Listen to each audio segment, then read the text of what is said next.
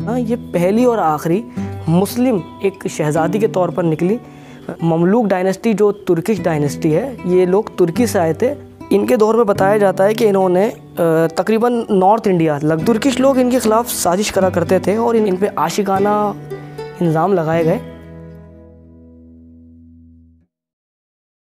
तो आपका स्वागत है एक और ब्लॉग में मेरे।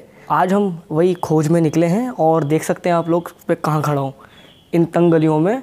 और ये वही तंग गलियाँ हैं पुरानी दिल्ली की। रानी लक्ष्मीबाई के बारे में सब ने सुना है, मगर किसी ने इनके बारे में नहीं सुना। तो आज हम निकलने वाले हैं एक ऐसी शहज़ादी के बारे में जिनने दिल्ली पे राज करा, इवन रानी लक्ष्मीबाई से 600 साल पहले।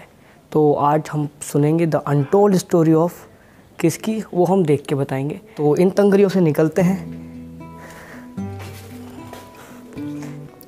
यही हमें पहचान बताती हैं पुरानी दिल्ली की। तो दोस्तों, अभी वक्त हो रहा है सुबह के 7:30। शायद ही कोई कह सकता है कि इन तंग गलियों में भी कोई मोन्यूमेंट है। देख सकते हैं आप, आर्कियोलॉजिकल सर्वे ऑफ इंडिया जैसे हम हर बार बोलते हैं, उनके अकॉर्डिंग भी ये भी प्रोटेक्टेड मोन्यूमेंट है। और इसको यहाँ पर शाही मस्जिद रज़िया सुल्ताना के नाम से लिखा गया है। जो आप देख सकते हैं ये काफ़ी अनकंजर्व है मेरे हिसाब से। बाकी देख सकते हैं आप क्या हालात हैं यहाँ के गलियों के अंदर। मतलब कोई कह सकता है कि इन पतली सी गलियों के अंदर एक साइड पे एक मॉन्यूमेंट है जो कि अपनी पहचान वक्त के साथ खोता जा रहा है। ये रज़िया सुल्ताना के बारे में लिखा है जैसे इसकी। तो वो देख सकते हैं ये इसकी एंट्रेंस है, लगभग मेरी ही हाइट के बराबर एंट्रेंस है। हम लोग आए हैं रज़िया सुल्ताना की टॉम, अंदर मौजूद है रज़िया सुल्ताना की मस्जिद। आइए मैं आपको दिखाता हूँ। ये है मस्जिद का हिस्सा और बैरून मस्जिद बाहर के साइड पर यहाँ पर हमारी टॉम है। यहाँ पर आप देखें छोटा सा वज़ू खाना है जिसमें 7-8 टोटियाँ लगी हैं। पीछे हमारा छोटा सा निज़ाम है पानी का। इससे ये ज़ाहिर होता है कि यहाँ पर अच्छी खासी आबादी नहीं आती, यानी लोग इसके बारे में नहीं जानते, क्योंकि मस्जिद का जो दायरा है वो भी बहुत छोटा है। देख सकते हैं आप यहाँ पे सिर्फ 2 ही सफ़े हैं यहाँ पर। सबसे पहले तो मैं बता दूं, मैं जो आया हुआ हूँ यहाँ पर, यह आया हुआ हूँ मैं the Tom of Razia Sultana, यानी रज़िया सुल्ताना का मज़ार, रज़िया सुल्ताना की कब्र पे। तो ये मौजूद है दिल्ली के तुर्कमान गेट इलाके में, पुरानी दिल्ली की तंग गलियों के अंदर। तो आप मेरे साइड देख सकते हैं, ये रज़िया सुल्ताना की टॉम बताई जाती है।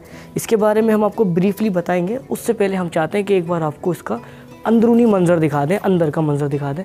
द दिल्ली सल्तनत टाइम का जो सन 1200 का ईस्वी का ज़माना था, उस टाइम पे यही वाली ब्रिक्स यूज़ हुआ करती थी।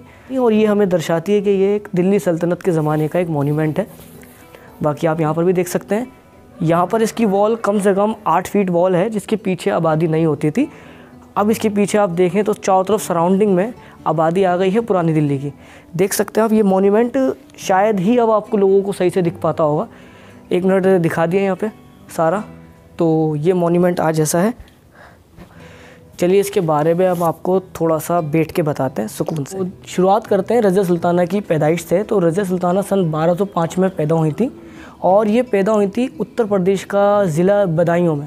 रज़िया सुल्ताना जो थी वो दिल्ली के तीसरे सुल्तान अल्तमश की बेटी थी। हालांकि इनके और भी बेटे थे अल्तमश के, मगर उन्होंने अपनी बेटी को तरजीह दी, यानी अपनी बेटी को बढ़ावा दिया और उनको सत्ता संभालने की ऑफ़र दी।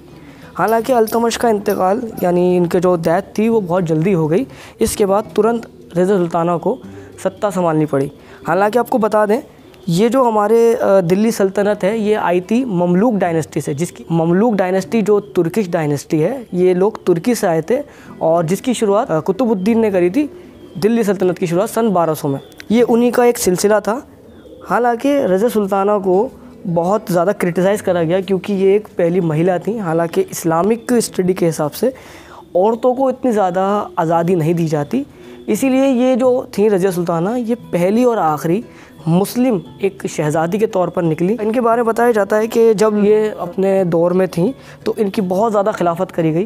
तुर्किश लोग इनके ख़िलाफ़ साजिश करा करते थे और इनका नाम कई मरतबा याकूत नाम का एक शख्स था जो अब्बासिड डायनेस्टी से था, उससे भी मिलाया। इन पे आशिकाना इल्ज़ाम लगाए गए। हालांकि इन्होंने बहुत सी जंगें लड़ी, बहुत सी जंगें जीती और अपनी इंडिया की टेरिटरी को बढ़ाया। इनके दौर में बताया जाता है कि इन्होंने तकरीबन नॉर्थ इंडिया लगभग देखा जाए तो आज के ज़माने में मध्य प्रदेश और महाराष्ट्र से ऊपर का जितना भी इलाका था इनका राज था। हालांकि इनके दौर में राजपूत और जाट वगैरह जो लोग हुआ करते थे वो भी इनका पूरा साथ देते थे। कई सी जंगों में इन्होंने साथ मिलकर लड़ाई भी करी है। इनका एक बचपन का दोस्त था अल्टूनिया, जो कि भटिंडा का गवर्नर था, जिनसे इनकी बाद में शादी भी हुई, जिनने इनके साथ कई सारी जंगें लड़ी। और आखिरी में बताया जाता है जब आखिरी जंग में इनकी शिकस्त हुई तो इनको दफनाया गया इसी जगह पे पुरानी दिल्ली के बुलबुल खाने इलाके के तुर्कमान गेट में। ये इनकी कुछ कब्रें हैं और इन कब्रों को अगर आप गौर से देखें तो ये दिल्ली सल्तनत के ज़माने में ऐसी कब्रें बनाई जाती थी जिसके अंदर एक प्लेटफॉर्म बनाया जाता था, एम्बार्कमेंट बनाया जाता था, उसके ऊपर कब्र होती थी। अब यहाँ पे एक मिस्ट्री है कि इन दो में से कौन सी कब्र है। तो इन दो में से एक कब्र है, क्योंकि 1000 साल पुरानी हिस्ट्री, बहुत ज़्यादा पुरानी हिस्ट्री हो जाती है इस हिसाब से। ये कब्र 1000 साल पुरानी है और इसका वही स्ट्रक्चर है। आप देखें तो वही पुराने ज़माने में ब्रिक्स को एक के ऊपर एक रखना, वही पहचान बताता है कि ये जो कब्रें हैं ये 400 साल पुरानी है कम से कम, मुग़ल काल से, यानी मुग़ल जब डायनेस्टी आई थी उससे भी काफ़ी पुरानी कब्रें हैं। एक सबसे बड़ा सवाल कि इन्होंने दिल्ली में कब राज करा, तो इन्होंने सन 1236 से 1240 के बीच में राज करा। आज देखा जाए तो इनकी आज ये जो पहचान है जिसको बहुत ज़्यादा दबा दिया गया है, और आज ये चंद छोटी सी दीवारों के बीच में, इन घने इलाकों के बीच में बस यही पहचान रह गई है। जैसे हमें एक भाई मिले, और अस्सलाम वालेकुम। क्या नाम है भाई का? मेरा नाम मोहम्मद अतीक है। भाई अतीक हैं यहाँ पे। बाकी अभी जब हम आए यहाँ पर तो भाई अतीक से पूछा, भाई अतीक यहाँ पे कोई लोग आते? जी, नमाज के लिए आते हैं, मतलब 10, 15, 20 लोग आते होंगे। जी। उसके बाद ये बंद हो जाती है? जी। वैसे कोई यहाँ पर टूरिस्ट आने का निज़ाम नहीं है? कोई नहीं आता? वैसे तो आते रहते हैं, और क्या कहते हैं, अभी तो फ़िलहाल इमाम सब नहीं है, नहीं तो ये खुला रहता है। खुला रहता है? जी। अच्छा, वैसे ये पूरे दिन खुला रहता है? रात में बंद रहता है। रात में बंद रहता है, ठीक है। बाकी अभी भी मैं जब आया था तो भाई अपना कुरान पाक पढ़ रहे थे, तो पूछा मैंने कि क्योंकि इमाम साहब नहीं है तो ये बंद हो जाता है। बाकी जैसे इन्होंने बोला ये खुला रहता है। बाकी आप लोग भी आ सकते हैं, मगर यहाँ पर शांति बनाए रखें, क्योंकि ये इलाका एक आम रिहाइश है पुरानी दिल्ली वालों की, ठीक है। और यहाँ पर आएँ, इसको फ़ील करें। सुबह का टाइम है, बहुत सुकून का टाइम है। यहाँ पर आके हमें बहुत अच्छा लगा। रानी लक्ष्मीबाई के बारे में हमने सबने सुना है, और ये भी एक शहज़ादी थी, इनके बारे में भी हमें पता होना चाहिए था। और ये तकरीबन 600 साल पहले रानी लक्ष्मीबाई से आ गई।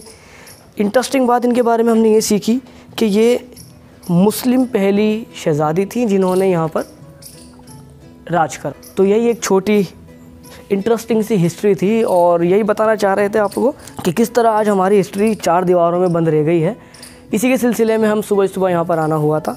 आप भी यहाँ पर आके विज़िट करें और इस चीज़ को पहचानें, क्योंकि अगर हम लोग इसको नहीं सपोर्ट करेंगे तो आज ये इन 4 दीवारों के बीच में बंद है, कल को ये भी नहीं बचेगा। इसी तरह अब आपसे हम मिलेंगे एक और वीडियो में। यहाँ से आपको इजाज़त चाहते हैं, ज़्यादा लंबी वीडियो नहीं बनाते, चाहते हैं कि थोड़े से थोड़े वक्त में वीडियो ख़त्म हो जाए। बाकी यही था आज का हमारा व्लॉग छोटा सा, तो उम्मीद करते हैं पसंद आया होगा। तो आपसे मुलाकात होगी अब अपने दूसरे ऐसे ही व्लॉग में। जब तक के लिए आपसे इजाज़त चाहता हूँ।